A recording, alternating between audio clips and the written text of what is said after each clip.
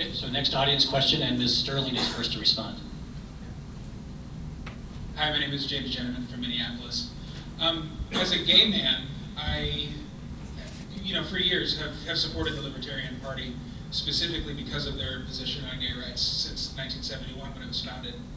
I finally have equal rights. Thanks, in Minnesota I've had it for years, and in the last year or two, thanks to the Supreme Court. But now there's a big push to restrict the rights of wedding photographers, bakers, wedding planners, what have you, to stand by their religious convictions and restrict my right to know whether I'm going to be doing business with a bigot when I do get married. Governor Johnson, you've been outspoken in your position on this issue. I would love to hear both of you speak to this issue and also to hear a defense, because Governor Johnson, I do know that you disagree kind of with the standard libertarian position on it. And Ms. Sterling, you're first to respond to this. Sorry about that. Okay. I will support whoever, whatever. Like, this is what I said in Texas. I don't care. I hate that people say, well, I'm gay, and they have to feel like they have to put it out there. I really don't care. You're just a human being. Just whatever you want, I will support you in it. But I will also support pastors, for example, or other individuals. I don't think that you should go in and force a business to bake a cake a certain way, or force any business to do things a certain way, because then you become a slave master over them. Now, obviously, you're not going to go there and buy anything from them. They're going to go out of business. That's what's going to happen. But to try and control them and force them to do it, I think it's against the libertarian principle. But I would definitely support equality and rights for all American citizens. Absolutely. So should a business be able to discriminate? Yeah, absolutely. You don't have shoes on, you don't have shirt on, you stink, you're yelling obscenities. Yeah, you should be able to discriminate against having to do business with that person. Should a business be able to discriminate on the basis of religion? No, I don't think so at all. And you go back to the Civil War. After the Civil War, and this has been tried in the courts in the United States 100 times, is after the Civil War, those businesses in the South refused to give service to blacks on the basis of religion, that it didn't jive with their religion. As as libertarians, me as Gary Johnson, am I going to support discrimination of any kind? No. And what I don't think we're recognizing here as libertarians is for a business to be able to discriminate against someone on the basis of religion, that would have to be new legislation that passes. It would be legislation that says it's okay to discriminate on the basis of religion. And I have to tell you, I think that is a black hole. Why can't I have the same rights on the other side of the counter as the person, as the business owner? I have this fear that the business owner says, my religion is that God speaks to me every 20 seconds and he just sent me a text and he says, I'm not doing business with you. Okay, in the interest of time, the gentleman, you're going to be our last question, okay? And we're also going to go to a speed round, which is 30-second time limits. Kevin, can you adjust to that? You're wonderful. All right. So, Governor Johnson, I believe you're first to respond to this question. Hi, my name is Brian Bregelman. I'm from St. Paul, and my question is, what are your stances on intellectual property rights? The Constitution allows for them and provides for them, but they have been abused by companies like Monsanto when they target farmers whose seed has been contaminated with their genetics. I'm sorry, am I just first? Well, I think I'm the first one to answer that.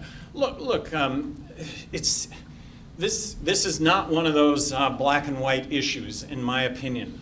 Is some intellectual property worth protecting? Perhaps, but it seems to me that we've gone way overboard.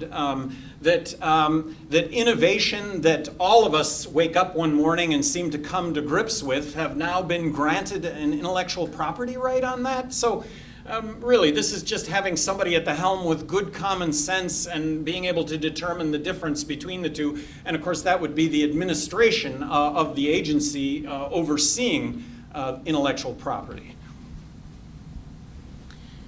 Obviously, we need to have some support for intellectual property. But I know what you're saying with the GMOs. And these individuals who plant their crops knowing that the seed is going to fly over to other fields, they know that they're going to contaminate the other seeds. They know it. So I see it as more of an attack against other farmers. And I would actually, in my opinion, I'd prosecute them for that, because I like to grow things organically. I like organic heirloom seeds, and I would hate anybody who would try to ruin my seed crop with some GMOs, knowing that what they're planting could get into my seed crops. Okay, and Ms. Sterling, you're first on the next question. Joanne Black from Minneapolis.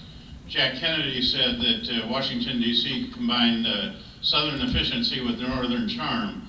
I've observed that so many former governors from New Mexico and senators from New Mexico and other southwestern states have come to national prominence. What lessons can we learn from the Southwest?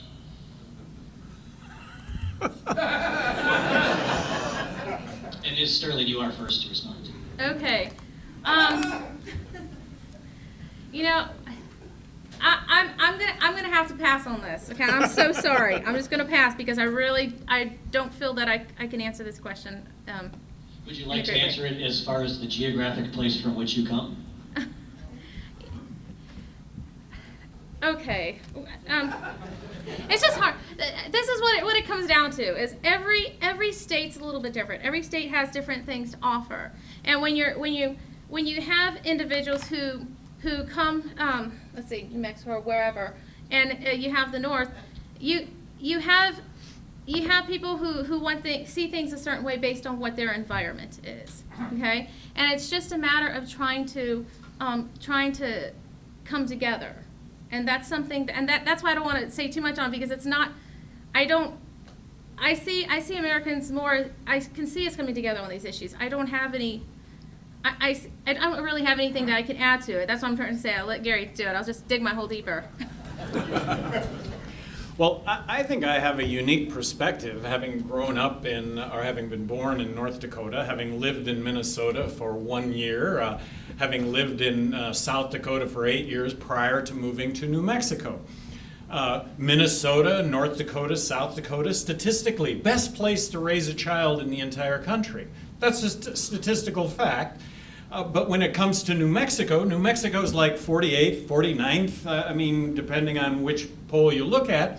But I wouldn't choose anywhere else in the world to raise my kids other than New Mexico. The diversity that exists, the largest percentage Hispanic population of all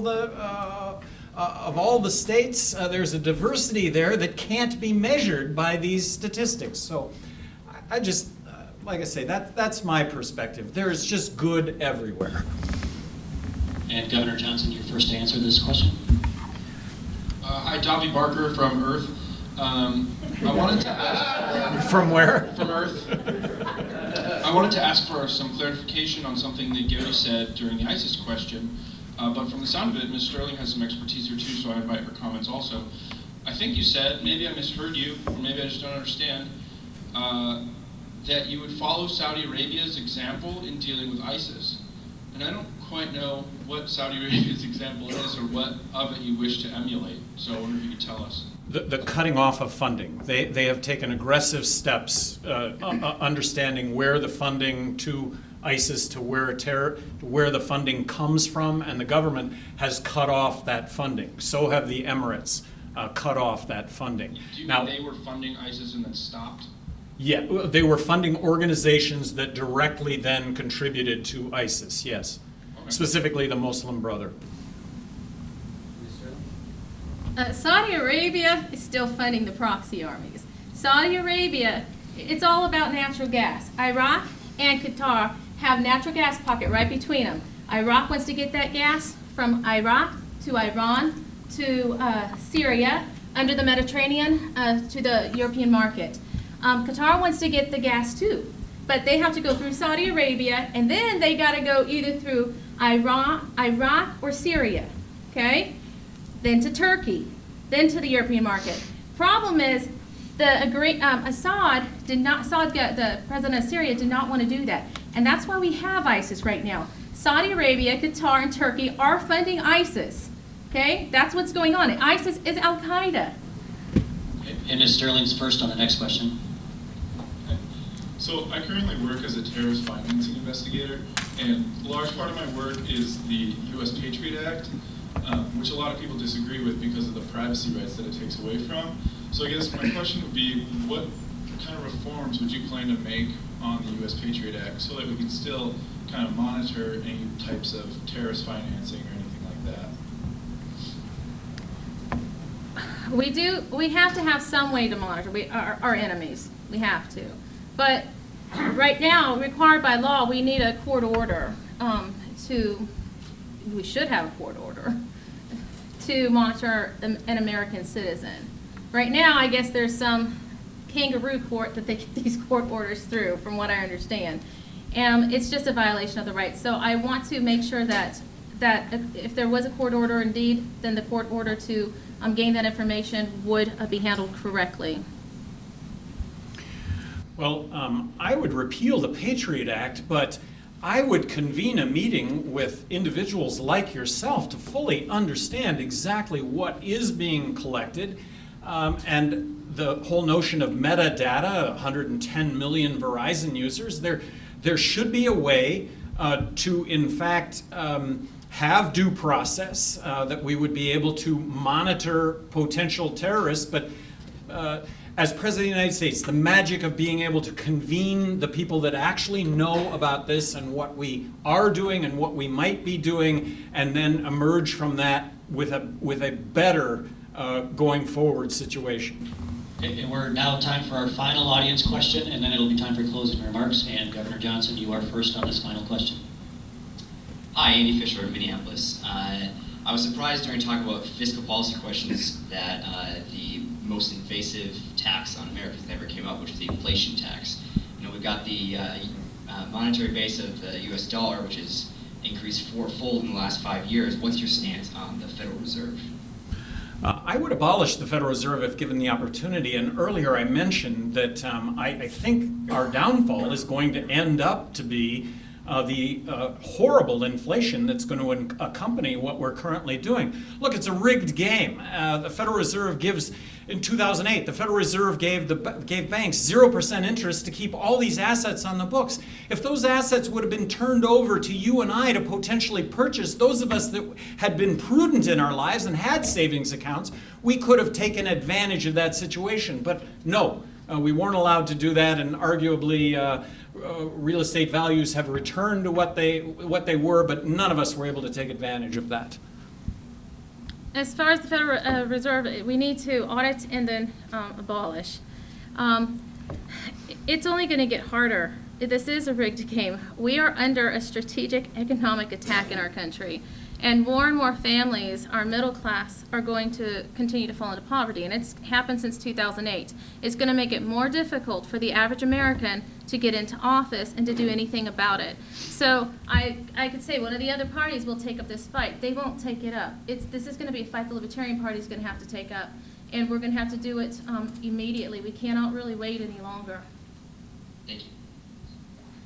All right, and we'll wrap it up with the closing remarks. Each candidate will have 2 minutes. Kevin, please adjust to 2 minutes. And Ms. Sterling, you are next. So your 2-minute closing remarks, please. I think what's important to know is I am going to be in Orlando, Florida, and I really just need 30 delegates.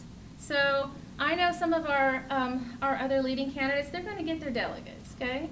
But I need 30 just to be on the ballot, and I need about 10% of total delegates to be able to be in the presidential debates.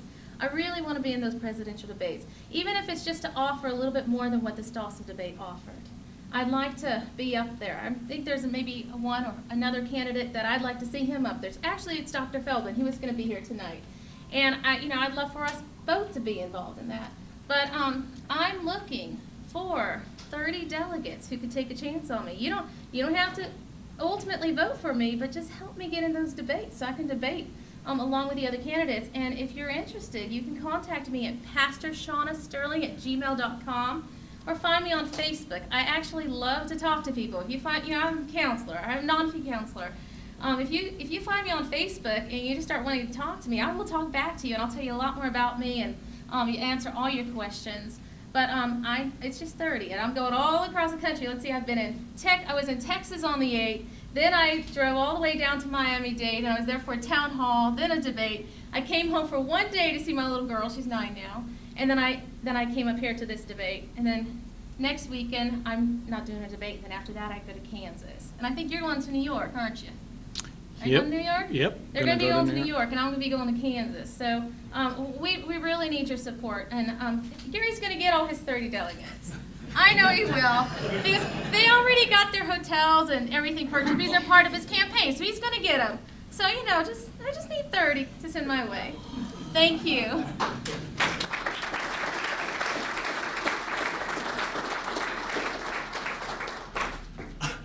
I reject the notion of let's make this country great again. We've never been more great. I mean, think about it. We get along better. Kids are smarter than ever. The greatest law enforcement tool that's out there right now is right here. Has life ever been better? No, it hasn't. One thing that's been left out of this campaign is how about the notion of entrepreneurship? The notion that you can create your own job, that you can create jobs for others, that the model of the future is Uber. It's Uber everything. It's Uber electrician, it's Uber plumber, it's Uber doctor, it's Uber lawyer. It's eliminating the middleman. It's allowing the customer to pay directly for goods and services where the person providing the goods and services makes more money, but the customer is paying less money. That's the model of the future. The model of the future is Airbnb. Talking to a young woman in Baltimore, graduating in science, doctorate in science. She says, I have these horrible student debts. She said, but I figured out a way to pay back the student debts, and it was Airbnb. But guess what? The city of Baltimore has banned Airbnb. So get government out of the way. Allow for entrepreneurship. The stakes have never been bigger for the Libertarian Party. I am suing the Presidential Debate Commission. Bruce Fein is suing the Presidential Debate Commission. Bruce Fein's biggest claim to fame is that he brought Nixon down in Watergate. In his next sentence, he says the biggest thing that he has done in his entire life is suing the Presidential Debate Commission because of the fact that it's a rigged game and that it will change politics in America forever. This is where we're at right now. This is the opportunity that we have, and I want to make the pitch. Make me your guy. You won't be disappointed.